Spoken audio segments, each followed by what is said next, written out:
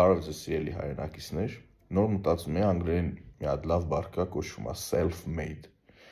Եթե չեմ սխալվում, առաջինը Forbes ամսագիրն է սկսել օգտագործել, ի նկատի ունենալով իրենց ուժերով միլիարդատեր դառած մարդկանց, հետո սկսել են տարածվել այլ ուղղություններով ինչ-որ բանի իրենցով հասած մարդկանց հետ կապված։ Ուրեմն նոր մտածում եմ, որ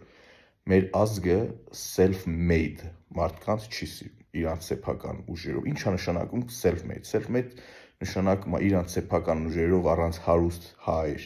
չգիտեմ, հարուստ պապ եւ այլն, իրանց սեփական ուժերով ինչ-որ լուրջ բաների հասած մարդկանց, ու մտածում եմ, որ մեր ազգը self-made մարդկանց չի սիրում։ Ուրեմն self-made մեծահարուստը